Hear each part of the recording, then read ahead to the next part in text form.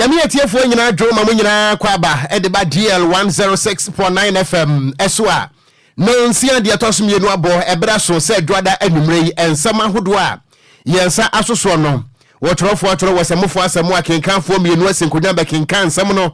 ade asom Ghanafo nyina se wo man adwuma anume no sia ekase ebo kan na hye no so se ene eyekita wonsa bosome no ne da toso aduonu enkono efishampenu ene aduonu enan edafofra wo twedi amponyankro pon kwa me anafra na kunu wasa ye biemu a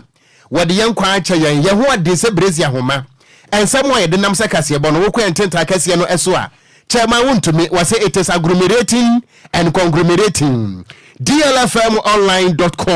yen Facebook no so DLFM 106.9 and your social media handles ni nyina no anumrei kase ebo no enam so a message wadwentre ene wadwempo e beje ade atom ensabu adendam no edoso de edi mu akutin bi ene se areho samu a efri teacher mante e won kran kumase kwantempo no so ba etirem se akwanhia bi asi ama VIP bus me no kasai woda ayaya yedi mu nsam e besomo e wakase boyim ebobodi awuramo awa asoye ahwe o man Ghana nyam kane eso ECG afinso Ghana Airport Company Limited and afinso man Ghana enwuma makomakon wotwe mu gira mo na so paise amekese yi wonom edi Ghana Revenue Authority for 1 billion Ghana cedis ya to amuntu mpia emunchiremu e wakase bonum sadanso ana Northern Electricity Distribution Company etantiase NEDCO womoso de atodwa kirem se illegal connection ti womdwumadia womudie no ayede papapa ese akoraso achi aninua emunsam so wobetia aso hwe man Ghana ya promo den so ababontia beka se kirem se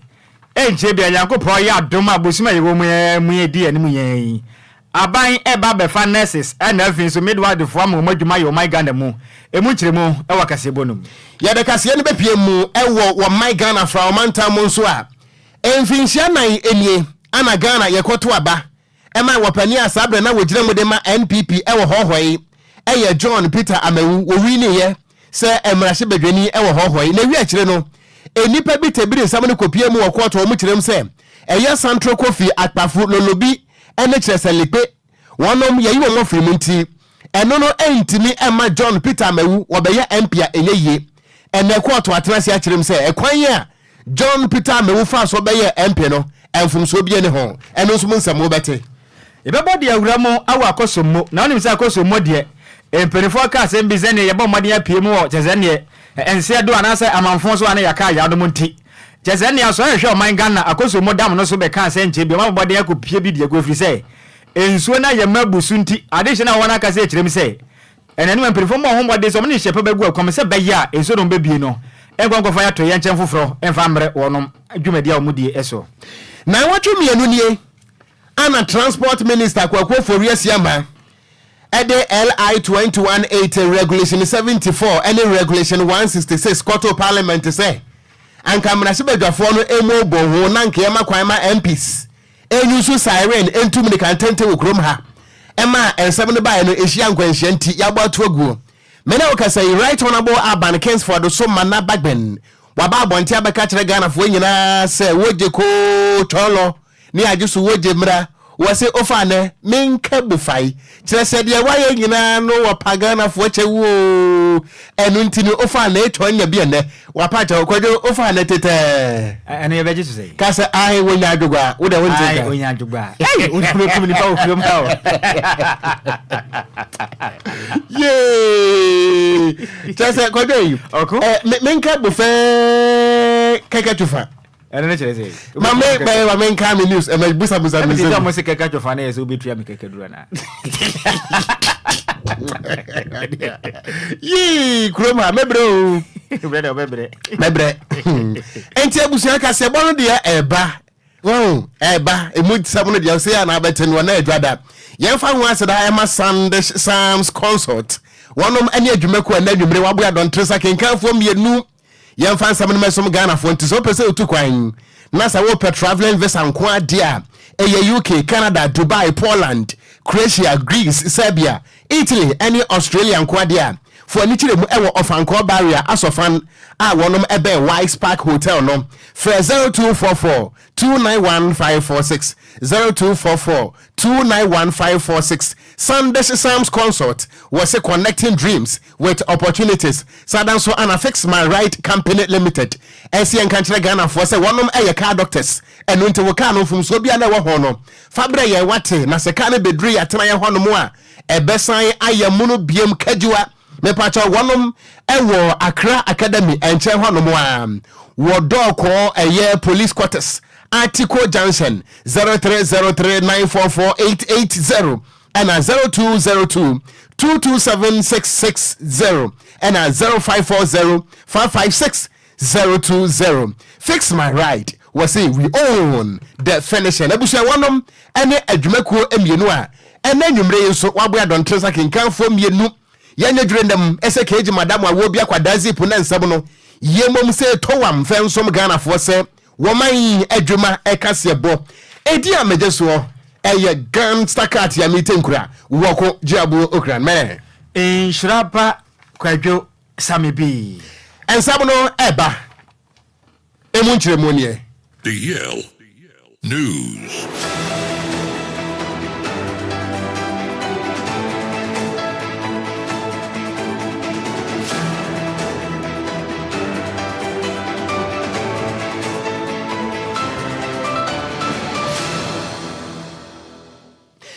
Yama Ghana for akwaba na kasebo no yenhyase emfa emamo na yehye kasebo no ase a arehosam anwumre yede esomo ene se wode wani kire mu ewo enkran ene kumase kwantempo no eso a nikuro baako ye friend teacher mante mene wo ekasa yi enkomo a efiri ho ba no enye de aye ne ho pictures and videos of inogan wo hwenhwe wi wani nso a enye yi ene se VIP bus ya walodu nipa efiri enkran eko kumase woduru teacher mante yenima de kuresi ye ka no adane abutu a mene wo kasa wo no mo a epra de wo mo pra yie papa ana baby ebiru mo suda no eni enyan aye no ho videos and pictures of inogan na amane boni tirem se wo bra ka no enam kwantempo no so a wode na ni akire mu ewo kumase asante mantem no woduru teacher mante ana sanitize no se paiyo se eye kire support won so na e man ka no tefa nchayo sa meka se na adanye butu ama VIP bus ya wo so nipa be se duosia me pa cha obra ye Facebook no so video no anada so no VIP bus na kire se na nan ehwehwemu a egwe na ka no se upside down a capsize time hwehwe wiem ana kire se ka na pampam eda fo mu a kire se enya asam gotoa se ye ka se de enya emetodwa se asomasi anase wo benten atoa yanom ewonse do nemom wo se de video no esitie no a ehu yie papa na nyankopon so atima yadom amachire so odum dwumakuo no wo mo atima kwakopie mu honom a wo mo atima hwe agini paibi efiri atorenta mu a etesa emu we nam so ema mampo so eye vehicular traffic ana atimi agye aboso wo kwan no so akire se enye asam kotoa wo ba ye Facebook no so a video no eda so DLFM 106.9 wo ba se de akwansia no esisi ye no na wo maga ha no ayetia de utu panifo ye ye utu akwadafo so ye ye na wo bra akwansia no si ye no wo mientie se de nsam no esi ko so kakra e wo sin ho It's a convoy. DLFM 106.9. So somebody is directing. Is somebody not directing? Is the police not directing? Police is directing. The police is directing that you come. No, police is directing you come. W, roll up and let's go. W, roll up and let's go. Police is directing. Turn on the radio. Idiot.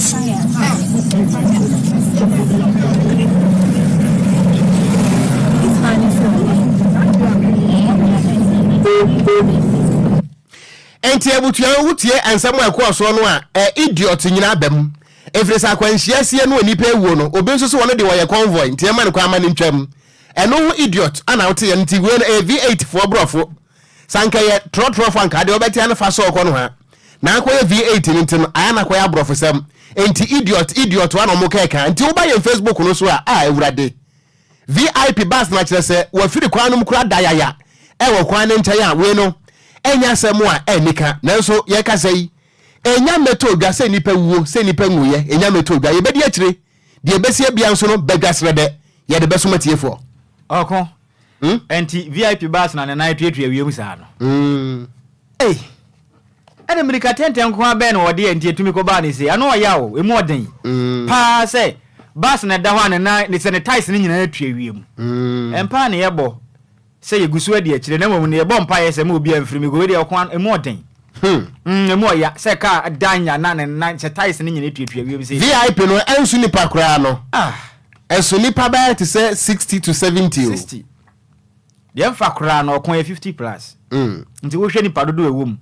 na ne 9 nyina ne tax ne nyina atwa wiem enipa ewuo no V80 for nso idiot mo me yakwan me enko me yakwan no muntwem fam enipa ewa wo say convoy krom ha say ne de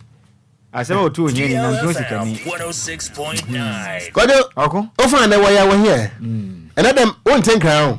me say me enko wo dia wo gusu chire Kwadwo ye Kwadwo praise hallelujah ende wa no den yanko yenim ya to akase bo no so na ye body agura mu ene anya sem kuma kura na dan na nka betodwa chire mu a sesi amekese no my Ghana enyuma ku akese bi edi edada wono so Ghana Airport Company Limited and Avenue Electricity Company of Ghana Trinity ya kan say yisi jadwumaku no nka betodwa say adwumaku makon watwe bi ka ho a wonom e the Ghana Revenue Authority for ne ka 1 billion Ghana cedis omu chirem se we yeto eto na nka say adwumaku no metua e de koma eto chesa so ya jeje o my Ghana yeto no na nka ja o my Ghana mpenifo nyesika e de ba o my ho bra nanso emu akoye twan ageza omu chirem se omu sika sam nkoye nti no enya de omatumatu ese amekese 1 billion Ghana cedis sika we nyesika kuma kaka omoto aye nsempin na nse wonyina kotodwa e wo mra ageza ne Ghana Revenue Authority for one market ndifo bo moden e kopie mu amasebe jo ne Public Account Committee for nanim e wa nadwa da kita wonsabu so de toso de onu nkron na mo kopie mu na mo chirem se ese ye kese no wo hwe nyuma ko ni bo mayo madwene se kana modene de magyatum omugusu agbon moden se ombetimi atuato na nse mekese mo chirem se enkonta akwakoto bentum wonom sikasam ato ape ne send me fo made anya abotre fa wo gusu atoto ne ma se to ne se de tibia no wonom ba betu mu kirem se sa nyuma ko ne bi ayetama oil refinery fo no etwenity kan se to wonom kirem se enya bo apayo anase de da ho bi ne momo no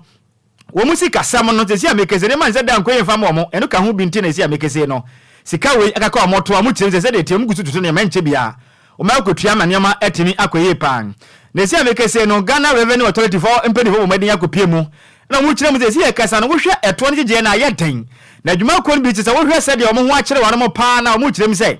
wa hwe ba yeden se eto ada o mo so no betimi atua ne sente no wa no mu kire se ye kasa no Ghana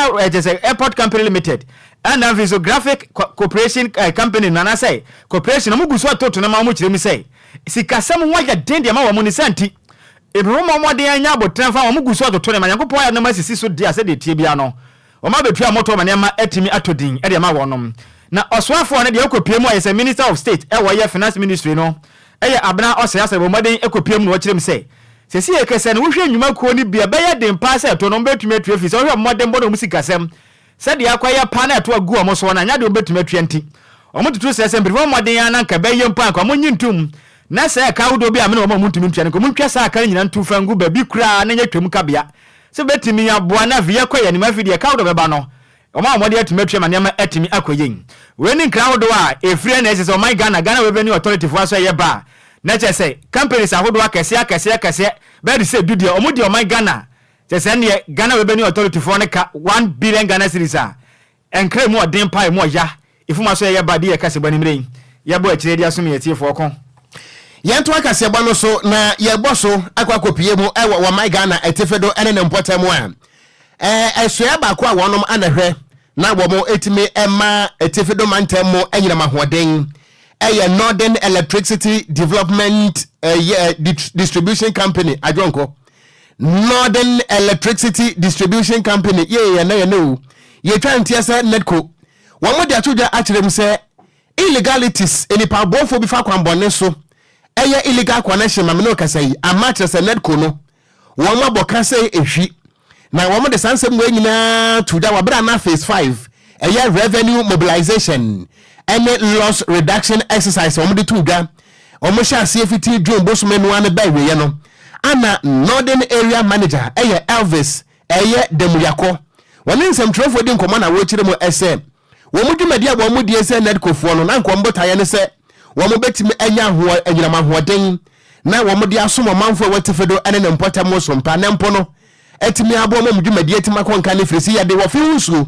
ana enoa na adwene nanso wo mo ekiremu a na sikasam a wo mo eye ho adwuma no enipa ne benso efa kwati kwan ana kyerese connections ahodo no mo yentianam so ema ekasusuro bese wo ha mo ntikyemu aduonum 50% loss ana me no kasai wonum etimi ayinkase company no hadwen ye papa na netco no wukyeremu a na kyerese 64% wo hwe Ghana eye geographical location any area no a na kyerese wo hwemu a eye manta makomako ensia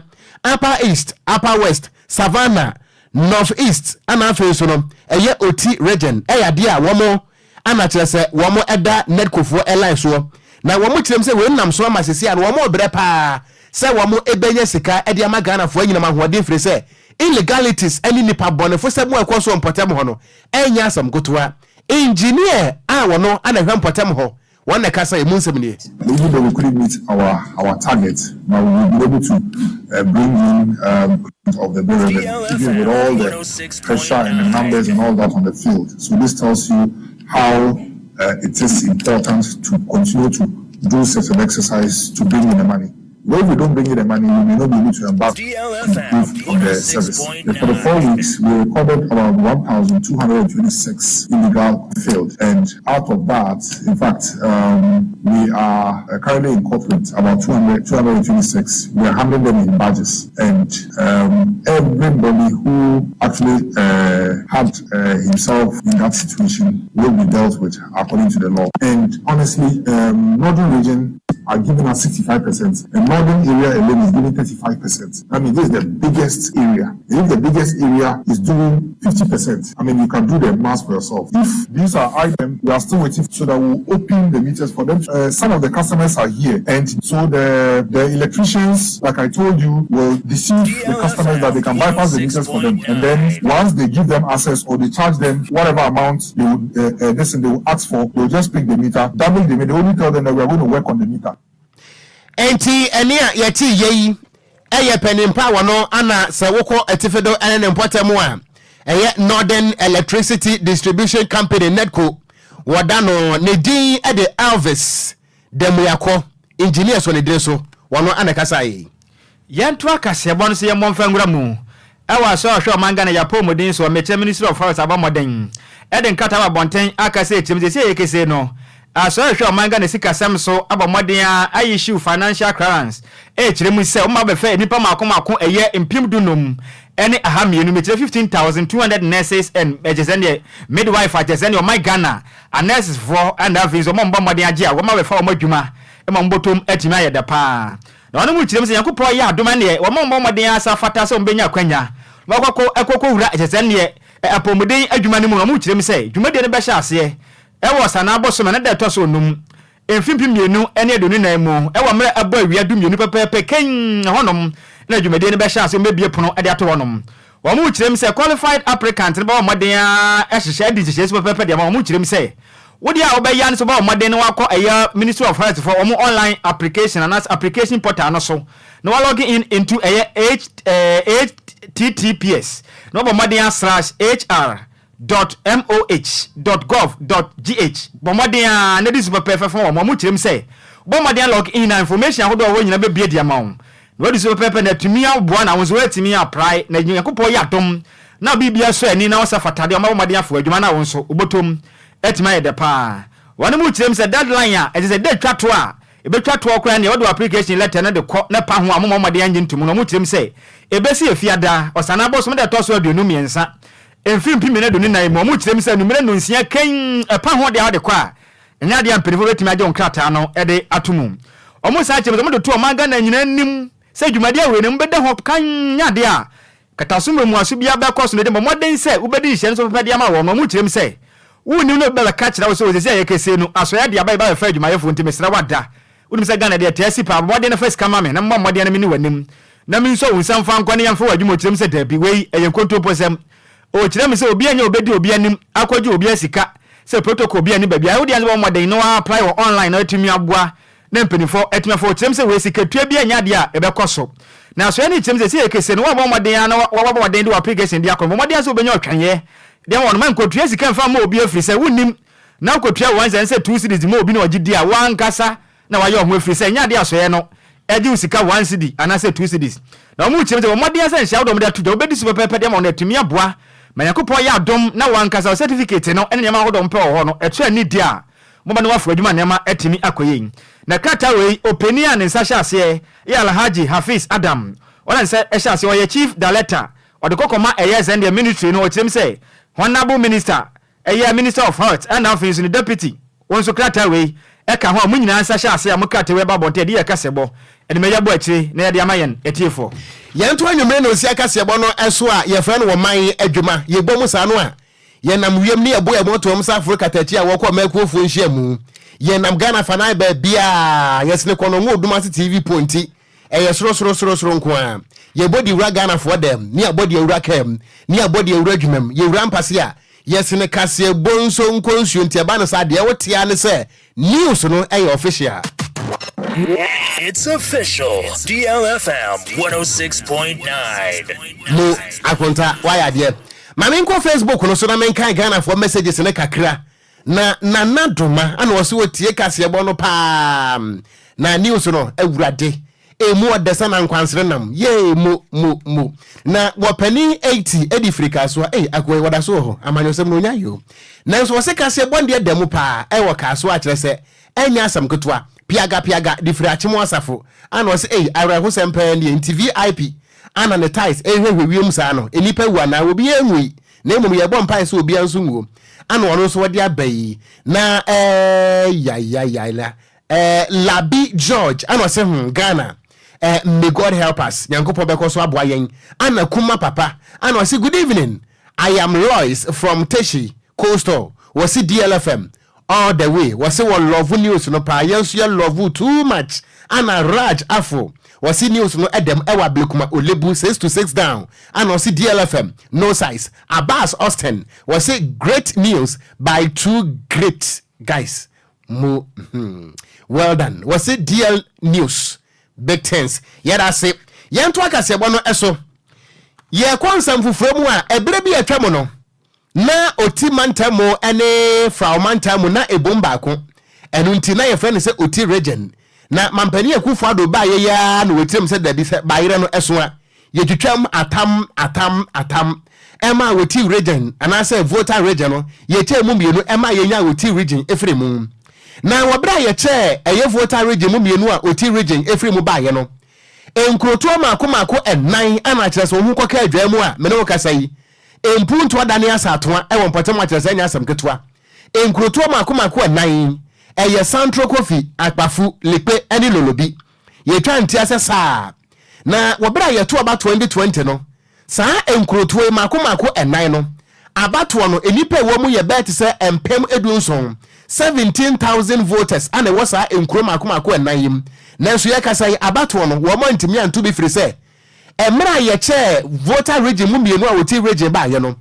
emakro yi maako enan no ba biom ko di ye no wo mo ntimi ankodi mantam we bia mu ntimi no kasai aso mo nka Ghana ho na no na abato no ba we ye no wo pani ba kwa wogina mu pire to mesa mra hye bedwani edema wo manfo ne adehya wonom ewo hohoi eye John Pierre Peter Amawu wogina mu no wo wuni ye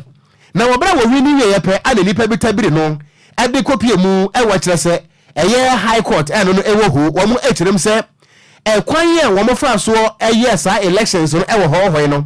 ama Central Coffee akpafu lipe eni lolobi no ansa wo mo nka ho eno nti no wo mo ntime ntiase da sa se wo mo ye wo mo sinchen na wo bra de petition no ekoto mu ewo court no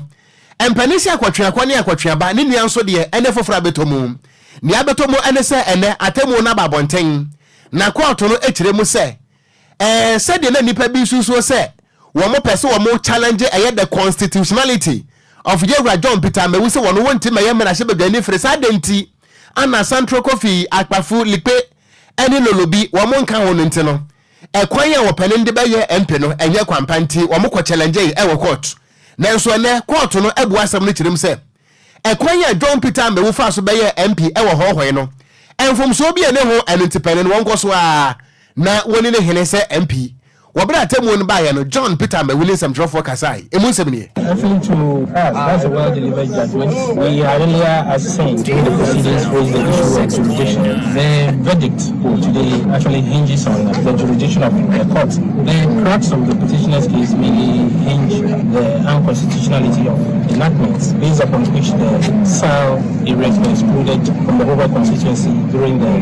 December 20th parliamentary elections. So clearly, as we stated earlier, per the dictates of Article 2, 1 and 2, and Article 151 and 2, that is the combined effect of that vis-a-vis the facts before the court. The petitioners are seeking to tell the court that the enactments based upon which the SAL was excluded was unconstitutional. When you go back to the combined effect of this Article 2, 1, 2, and 1, 31 and 2, it is the Supreme Court which actually have the exclusive jurisdiction to enforce and to interpret.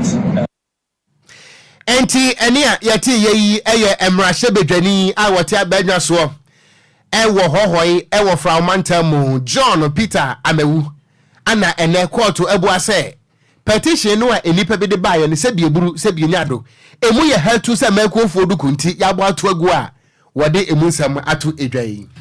yanto akase ebono so ane ye momfa nwura mu ewo fraumantamu ne kopiem yenkopiem ewo akoso mu dam ne ade chom tete timpotem honom akase ekirem se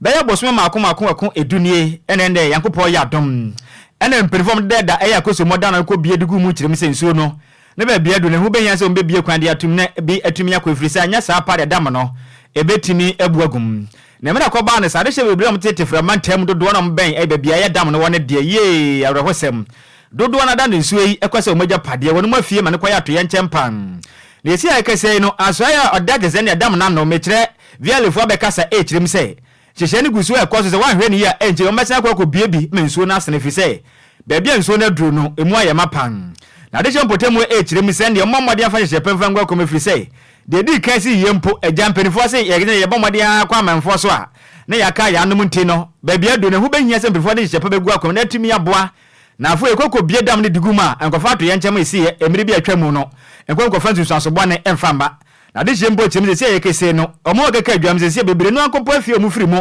ekɔda da bebe a kyerese eye resettlement anasa camp no omo da so atete ho no ma mu kirim se emu oya pan na de je ne kirim se aba so mo bebre na se anko bede omo bebre omo ne se mekese sunya de amwa no wono mu sa ka mu kirim se emu oya pa se mekese oba bi ebi mo da pa na mu kirim se emu oya pan na de je ne su e kirim se wo mo mode se omo ya ka so ma be bie dam ni bio de omo hyehyɛ pa nya adwuma se be ye mu bia ekofa nsusu bo ne emfa mo gemre ene so nkyerefo kasaye emu kyeremu nie alaba gemile fila mile de na no gbogyo kaka ya kuno wa tu driver no na me godo na me bala mala po de biwa du sa mo poto ewe olofu yi ko pelu bo be juru na pelu wa die menye mi no po ma jimile ma no choga mi to mi o mi apomo mi avu ye mi la ngbe ka mo go so ka mi hene juru obe wa pelu mi ntiveve na kesimu kata o chichima kana vala na tapa na pati jopo na jau debe no kazo nya blowa malagi akofuna ba itu walo e do pobegi ama le fie na taka to kwa ye efio ni ndi eto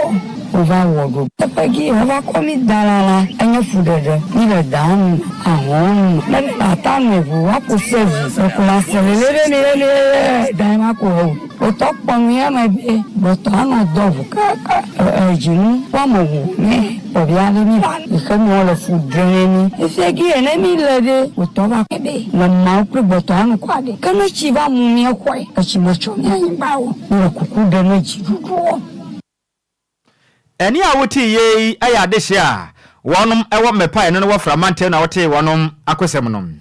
eno achi ena ohene papa a wada mepe na nanom atrenkonwa no eye togbe koshi nigo otoso nan ono so je mre ni sentrafo kasa na wochirem se aban bo moden ehye bo bebre na so ko de petes ka bebre wonom asi amekese no enya de aban ne bo hya wo hye ne watime de so na na echirem se babia dure aban mo no moden se mpetesika wodba ma de hye a nsuo yiri fa wonom afie na afin so womaje pade de dodo na ese ye firi se de aduru no emu oya pa osan so da de sede edit to vialefo anim so momode afa hye pemfa ngwa ko se be ya ade hye ne benya ne nte no ba hu ni se bere ko pote mba bie nso ndi atum se be ya atoyanche mo si mire bi atwem no ebi ensan ensibio. Difficulty to my people. It's destroyed so many houses, broke down. Foods were lost, and it has been very difficult. People have lost their income. Those who went for loan to trade, all of those people were affected, and it has been very, very, very difficult. We were lucky. Ghanaians shows us love. Ghanaians came to our aid. Churches, the Muslim communities, individuals, organizations, and the NGOs, they have come to us. Government, we heard that the interministerial committee was formed, and as at now, we have not had the privilege of meeting the interministerial committee. Any awoti ye ayo hina papo ano ene da mepe nananoma atrankwamia ano ne din ditegbe koshi nigua otoso nan ne ena wote ye no yentu akase ebo no so nko emrahye bedafie besa na watwe mienu enie ana ebeto odwase wosoafo ohwe ayakobedie eso mekire transport minister me ame wofase kwaku oforiasi ama ene watabri eye regulation 74 ene regulation 166 LI 2180 ede akwako PM ewo parliament se emrahye bedwafo no mu obo ho na so omugitumu a regulation 74 no ebema MPs ministers ajajefo kwan ama siren wo ma bobi atuatua Ghana fo so okrum ha ana regulation 166 no so kane nanka mirika bia open wuntimi ntu ewo ye kwan so afedie sanka mrahye bedwafo ndi tomu a nanka fe no ajajes MPs and ministers wo mo di mirika tente ebefa Ghana ekwan fiamfia so atete Ghana fo abrabo na no na se bimpanifo kirem se awia fufuo eche ewo wadromu a ehia nkwanhia nti ensam no tofom no ene nkwanhia de ehia biofri se dompa akurotwa me ansan wi aka no mpani se sasakraman wo botra wonya yem 20 ene Ghana fo to wo no siso jai ene obete no fire ene Ghana fo fire ya ma tresade no ye twesa ye onabo ajemen sakonsa wo kwatwesa ye se da bi ade ne se de se kro no se kwagitu ma Ghana fo behwe prayen enti wo mkwaboto twe baabi am no kasai enya amam kura na enne emrahye bedwafie ana right honorable Aban Kensford so mana bagben wode to Ghana wachirem se wo pagana fo nyina achew wogina MPs ni nyina na mu epa achew se edi nkan wo mkofa asa amna bi ete sa ba ye senka wo mbaje atum na nso emrahye bedwafo minority nso gigina mu ema Ghana fo so di kuta mu nti ene ya twa sensan wo chese de ko iso no wo pagana fo nyina achew mo fa emrahye bedwafo no bo na nta mo firi se Sana Bible. Including ministers of state, members of parliament, and justices of the superior courts of judicature, the privilege of using sirens on our roads and exemption from speed limits. Honorable members from Western region, this provision has been perceived by many as a means for the political class to evade the very traffic challenges that affect the general public, leading to widespread public outcry and intense debate on social media platforms. In light of these developments and following the opposition's firm stance against the legislative instruments, the government has decided to withdraw the proposed amendments. Today, I wish to address the very key issues arising from this situation, provide clarity on the legislative process, and engage in a constructive dialogue about the future of subsidiary legislation in our beloved country. We recognize the public's perception of insensitivity, and I'm here to offer an apology and assure the Ghanaian people that this parliament remains acutely aware of and responsive to their needs. Enti enia yati ye eye emrahye bedwamu achiamehene right honorable Aban Kensford so mana bagben ana wagina so a wode eche pa magana fo nyina se wagina emrahye bedwafo na nem epa chem se di nkan na nko mkofa sa amere ete sa abehye Ghana fo ko na so Ghana fo ko yachi sasa mwajan ebe wo na go to twene ya emu nsemo eno no ye gina we so age aboafo nkrato ye ba de aka ye beto am so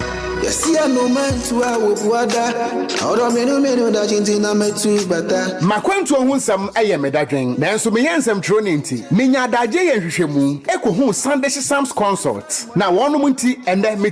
metimi ba menya abre ne adaje ekenkan ye eye investigations about womo ana me hu se wo apply for visa assistance a emfeli efri se wonum ewo track records madansi die nie ma me ni ntreo Sunday Sam's Consult Eddie Britia Webi Ebeje o visa amount. Say we United Kingdom, Canada, Dubai, Poland, Croatia, Nafe Kradia, Serbia, any Greece in so abeka ho work permit ethetri. Ma mentre wo mo etri kwan. Sunday Sam's Consult ewo Ofanko barrier, Asofan, our Ben Wise Park Hotel, ewo Asofan New Station hono Phone number 0244 291546. Email address nso samuel626@gmail.com. Yeti ehudi enti, we connect dreams with opportunities. Emanenye wadwendwen, frɛ wonom na nso bedi adanse empo asede media.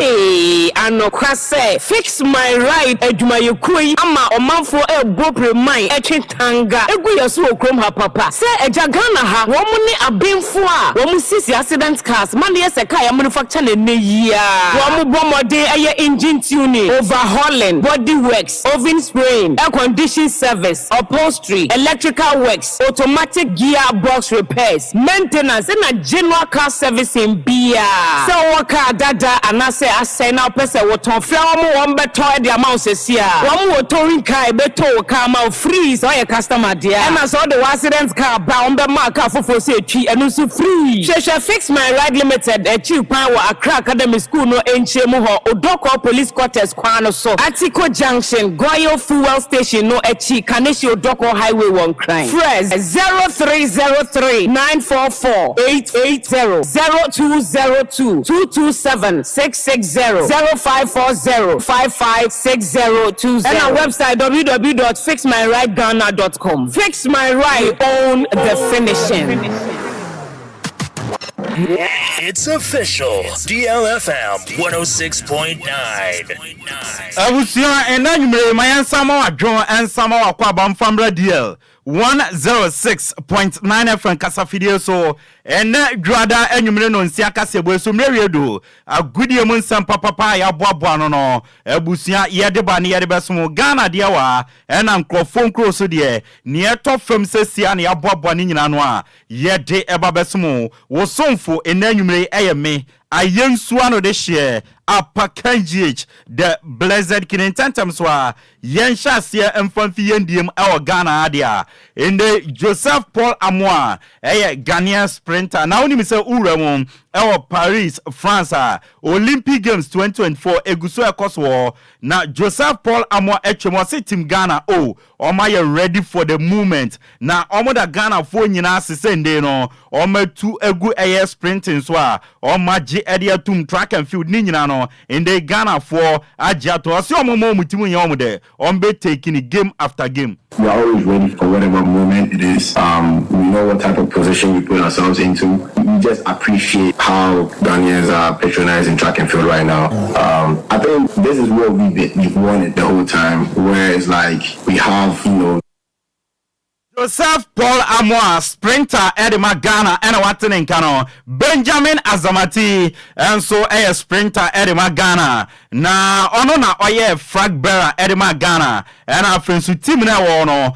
and olidi athlete no as a captain na osi ayana wawaye pa se Ghana ye chusu no se ende no unveiling no and our opening ceremony no and on kita franka and from Ghana and watching so no team na onyomo eco competition no me say onye bano da fo no osi oda omu nyina no we no another milestone e wona brabum. It's an honor to me. It makes me feel really honored and distinguished to be given this type of opportunity to go out there and do this, hold the country's flag. It's another milestone. It's my career. Like not a lot of people are even able to get a chance to compete in the Olympics. So being able to get a chance to compete here and then being Benjamin Azamati ana watenenka Rose Yabua enso ya baba wa high jump no obetu bi edia magana ono nso no on the day opening ceremony no na okanwo ekita Frank Edema Ghana osi o feel good say yeyi ne kan na fenso nani agie pa osi a great achievement Edema no. It feels good to be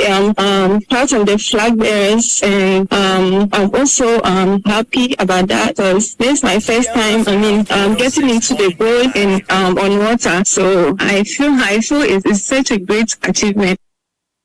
Abawa Rose Yabua high jumper Edema Ghana ena wateninka Nansia ena Ghana Paralympics fono omo nsensam ebe buburuja echema omodi omani achem awo Norway nipa makoma kuduba akono baako enya ne baby ko yachi baako na nkron no adwane ama baba ye nsem buburuja ewo Ghana Mr. Charles Osesibe former communications director Edema Ghana Olympic Committee wrestling so ono oye kofalibaya odano na ose sadie we esi no ose enye nne NBC esiesia na wem unfortunate say sadie no esi na sadie esi ose going forward no federations awodo se mo pe visa na mo de tukwan a ebe din dia mamo ose animani ya no GFA no ana GOC no call for investigation a mo hwensensem no. In as much as I don't glorify what has happens every day, everywhere, ministries, departments, entertainment industry, everywhere it happens. It's just unfortunate. Yes, it's just unfortunate. We won't glorify what happened because we're leaders. This thing is going to cost us so much in our future international events. Just unfortunate, but we have called for a probe into the matter. You know, what is worrying is that we are told a number of them were not athletes. Mr. Charles Osesibe, former communications director at Ghana Olympic Committee, and Watenenka Mohamed Kudus, a player at West Ham United Bobokono, or say coming season na Ebano, Mohamed Kudus na yehun last season, 1 year na preparation no for season Besha and Yamakoye at the Amom Nemono last season no and Yamakoye the man into expectation no I was through opponent no on be prepared no but stronger Nemono no there or you prepared for it.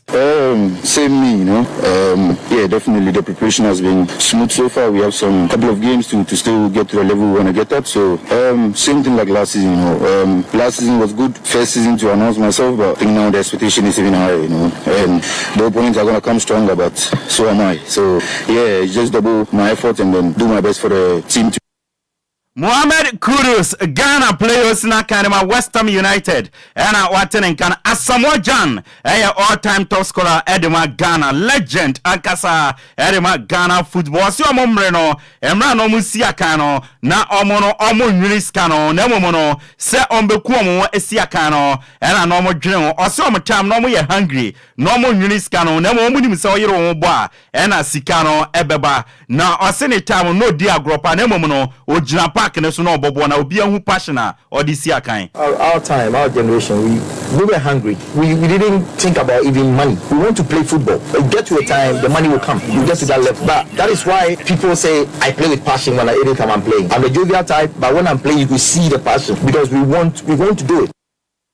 Asamoah Baby Jet Gyan Erebusia Watenenkano na dano anda ya yewuse Kumase Baba ya Sports Stadium ya shishan kunyawo ya beya sorry ema ebeye nsembu buruja na communications team member edema National Sports Authority ya friend Mr. Charles Amofa na in the videos ni pictures eba no kamia se Kumase Sports Stadium na after say ya sorry no atete apansama ya no na Mr. Charles Amofa chewa o si stadium no entity prom pansama ye ti say pictures na enama bonten no na osise baby ase kromo wa experta enimanimu ya ombetumi afixe nienti omodi stadium no ema ene se ye mbobo stadium no da okwa enti no omode man ya omode je kakrai. Oh, stadium no say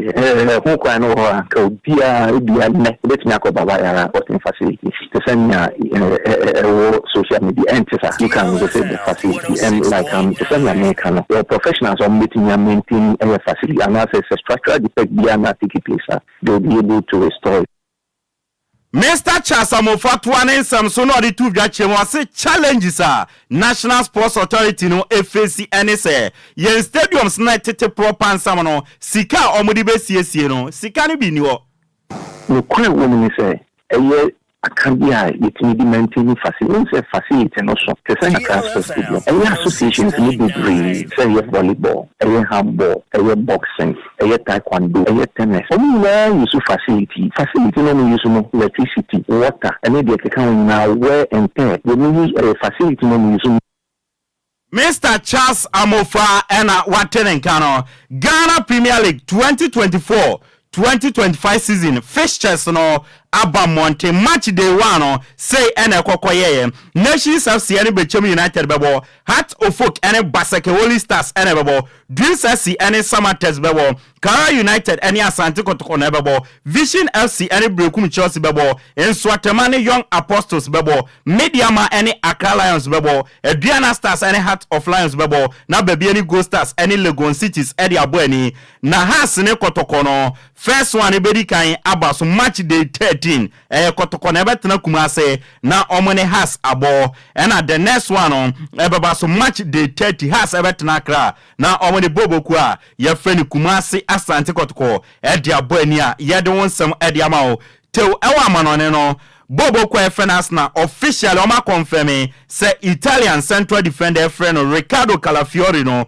officially oma sign no from Boboku ye friend Bologna in the 5 years contract no mudi amano sika omutua no 50 million euros plus add-ons Jesse number 33 and omudi ama Riccardo Calafiori and so Emil Smith Rowe England midfielder osina kan edema Boboku friend Arsenal me no ka say Fulham any Arsenal agree 27 plus 7 million pounds no Boboku friend Fulham etia edi ama Boboku a ye friend Arsenal no ma for Brantia ye friend Emil Smith Rowe and so Napoli epe Lukaku from Chelsea oma dwen say Chelsea emfasikanka Lukaku na omomfambe fa Brantia ye friend Victor Osimhen na onkosia kan emfamom enti se Chelsea agitumudia Chelsea edi sikabeka Lukaku na omodi akọ Napoli akọfa Brantia ye friend Victor Osimhen ye de wonsam edimao former Real Madrid any PSG goalkeeper Keylor Navas me no ka say ono so wadwani AC Monza ewo Italy Italian sianuma ye de wonsam edi asomo ebusia agudi wonsam ayeboabo no nanwumre edi ebesom wo kasebo so yam fancy mi amedi agudi wonsam na ebesom di ameje so no eye ayensu ano de hye apa kanjich the blizzard kenebusia agudi wonsam ye di esi yento aso mfiri ha ne Ghana for so eni enkomo ebra soin ye friend sofa na yen sofa ensema edi to dwane nyina no ene se onyonko da no da me pa cha ye nuanu mo mepefo afi mu an ye we o me pa cha wada ye ka se wo mo kire se empatesika compensation aban ne kura ye se wode be ma wo no compensation no emai ana baby a canopy ne yi kire se structures ya ye mo koda ase because ensuo tu wo mo firi wo mo fie nyina no baby a wo mo da ho ano mo da asetena ne mo aye den na nso wo mo kire se aban no atwi nani wo nyonko da no da we nya manyosem mieni nkomo 0534 050199 0593 40 65 65 we ayato renchem Ghana ni woje ne say good evening. Good evening. Would you descend and frame me frame? Unofficial mayor of Committee 25. That's right. Nate ba kope Accra. Akwaba. Mejo so. Ya mamumo eni adwuma nso. Adwuma da se. We dey said ya dem say oyonko da ne uda. Unya ba bi nda ya na eden. Enti ye be sra ban say. Emri bi o make statement say e ho fo nto aba ma no but on dey ye be sra na ma onhwe ho. Omomoden efi say oba kromfo wom atutwa mene wom a edu ba bi a okom nyina bom say wo mba. Enti ye be sra na asegya onye na fam dey na omwa na ontimi mpa ba bi mo omo nso efutuo ba ko ayede mo no say mo ntwen ma ye biensio no mo ansa ye bo mo nkaye omo wo ba bi kwa omo nko mo ni nyame nyadwuma me nso me da se papa ye tie abusuafo ni nyina wo Tema community 25. Good evening. Fami wofa me wofa ase be ni wofa se sedi ni na wofa mpom de say nyame adomo me wofa ase sedu wofa me ye bebe ni dia ya na me tiapo nhia na me wura ho Oma yetima ba se kweja senti sinipe mienu makso miena nyamia sinipe wu no so mienu pe komepe o de accident no komepe ya edin ana on se yeto ma we mu on se e bebie nsu agu esu bebie eti yenye nsu no offer the partner your mawimu into Suya Yebu Agri into offer yen to me face yema Yenny a titaman and passes in your pipe on yen to me DLFM 106.9 offer Boneben or my eye. I'm in face you been to us. Madam Papa said good evening. Good evening, Opa. May one fast baby. Oh, Benji, 757. Benji, I'm you. Opa, a fresh is so chill, Papa. Why? A fresh. Also, a chiame. A so chill, Papa. Means a major super papa. Opa, near me, person, me can say, no. The woman say, I check. Now, to me, person, business a tent, you know, I bind a bomb on one, I say, your Mohamedia. Ubusame. Opa. Anti Sanka, one more dianka, once and a saying, and I say, you one more dianso, answer and the saying. Oh, Opa, near me can say, I bind a bomb on my mom, Namuti on more, then any and a kind, you know. I'm on town, I'm on your butcher, I bind a bed. What not empty as a pen? My treasure. I'm not at the saying.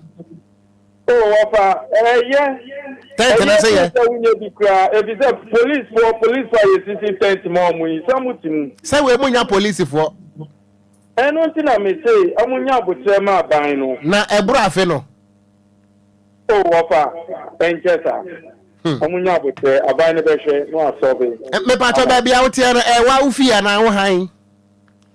Opa me pato, baby, I'm in Yamiad, okay. Yeah, bomb pie, said Bonnie B. Sidan Kadakru Binka Ejim. Nana, do no mark what that tent, as soon as Cabo City. Never say good evening. Good evening, Ofa. Me offer baby. Oh, what was you comfort as Sarah, make a perfect fan. Ante Conne. Yes, Daddy. Patama Mintio. Daddy, Mr. Media, and he say, oh, come now, Lawrence, Babaya, I put some good damn. Or country crofning na what are region for? And what baby ama won or baby ma won pa then I saw bien so na in Sony Cocaw.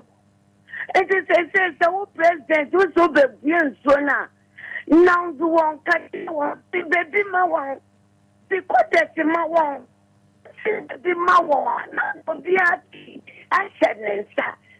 Lawrence, yeah, big dear, not so much no so now some for Nanka, baby, I'm bed down. Papa, no, yes, no government, no, ever how, how, but the one simple at the mouth. What's it, baby, mouth, and your white? That's what you have. No, can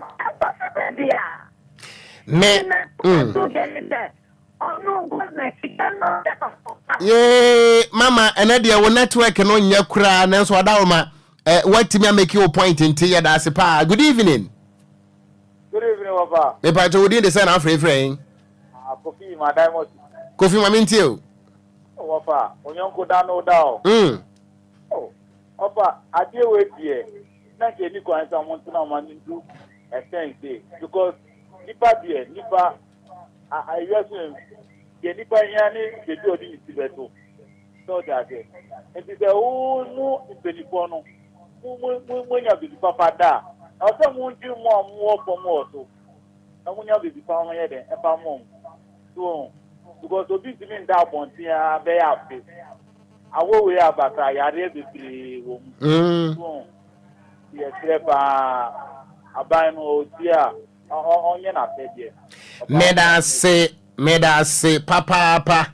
enti wonso betima bana yabo enkomo 0534050199 0593406565. Good evening. Hello, Opa Bobe. Nyame ado me offer asibedie. Opa papa give me o tama come tonight. E pa tama minti o papa. Opa eni me do wase. And then come out that two just in I will go away. Not me and palace in the fra. Yeah, 777. Then can we say, yeah, I told my motor you and we need not to mean we are. If you are the water there in Syria now, but it's going to ask you. ana go to na ato mo bi bia ti ato na wo fre no tu ka say na ya police for the ada no ta na petrol for the ada police for the no we be da that is so every day police no we be da say yes na ka say the person say yes no mo and say maybe say just for man say yeah two sa ababone ta musu ababone e so me show mo say some man pay dem ha ma e so for the cool ya we nya manyosem me fa frefo no kra biem enya manyosem ye mfa frefo no biem adie ye kan oh debi e kan say de e kan say kwadwei okon you see de obi de ya manyosem a ye metan no eno no okon hwe enso ni yiria no yeah ma obi mfa ise ni trim say voter region for nkwa na ho kan ana oti region for nkwa Sene East and Sene West kwame danso e wo bono ene bono East omo nyina omo ho kan issue ne ba ya no me ankasa me ko mepe me free mepe me ba Adan East e Greater Accra me ba Kauno ene Azizanya me pa cha ho no e voter region aho asem ne ba mo trankra ha no mo na mo kra de mo pe ade ne ya bi atum kire wadwen sa onyanko da no da na obi kan menka sensem huna na se woda tent ase a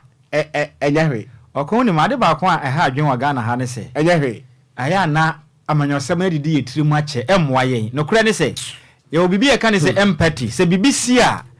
wodo ho be hye nipa no te bia na wakon fa ho susu se nipa ne se de ato no won so na to wa nka be fa ne se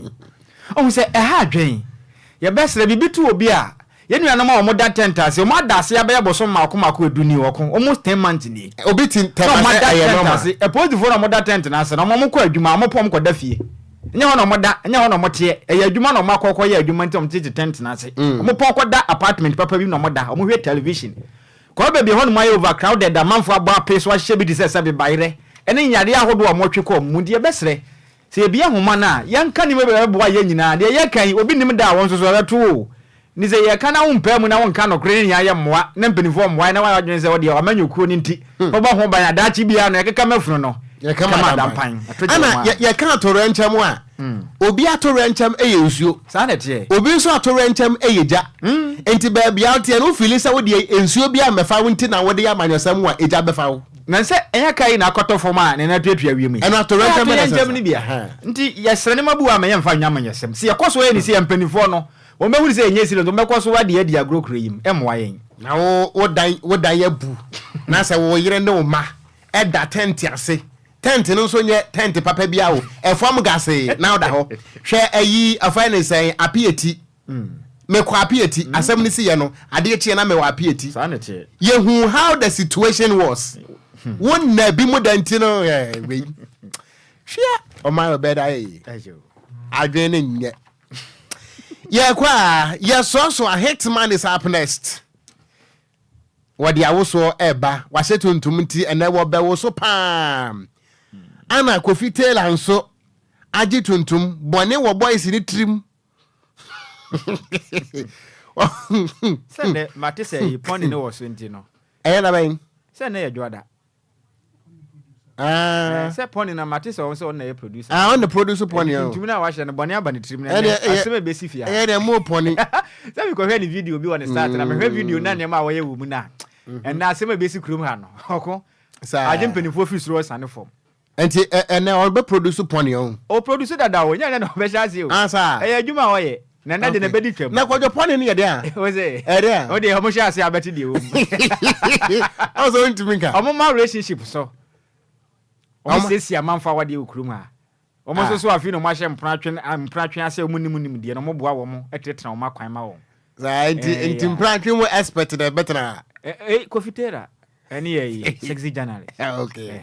Ayo. Eni awale. Ene na ye ti bi na ka kire me. Meti me kura me de wo mti. Na wo so aya wo nsu tie. O say wo nsu tie bi pa na beboa. So no me say me ya wo Yusuf wo mfra me kwa asem pa. Wo Yusuf. Ya me ni wadi. Wo so ni wachi. Mate. Enti abusuan ye ko na happy birthday en confirma Austin Akua. We every wo sister Mama Faustina Eho na Austin ekuya na da Facebook no so no ne kaba no ye lazy lazy fatano pa ne ka no so efe ka e bia nya ndia obetima gina nwa obetima ya ne dia entumi nye Kwadwo Sammy ade ni ntimi nya osi ebetimi aye enti a special birthday wish goes out to you Austin ekuya we ediwe dem ntie bia cho Austin ekuya enti efre wo sister Mama Faustina Eho wose nyankopon nhira papa na wonto nkwanam wonto nsam na sika mra na wonhira wa nkwatente ahodin wo mu eneye wa wodai nyankopon no nkasa mfiri suro musoro na wo mehiawo wo Zion kwa so na wonto ho nsra banhia wo mane han no eni wanim na omoma so enya din ensene watamfo happy birthday enko enfamao Madam Austin Equia, powered by Champion Kofi Taylor. I can come from you. Edia mejeso eye gangster cat ya meeting kura. Okogyeabour Ocran Nhyiraba Kwadwo Sammy B. Kwadwo when your popular request.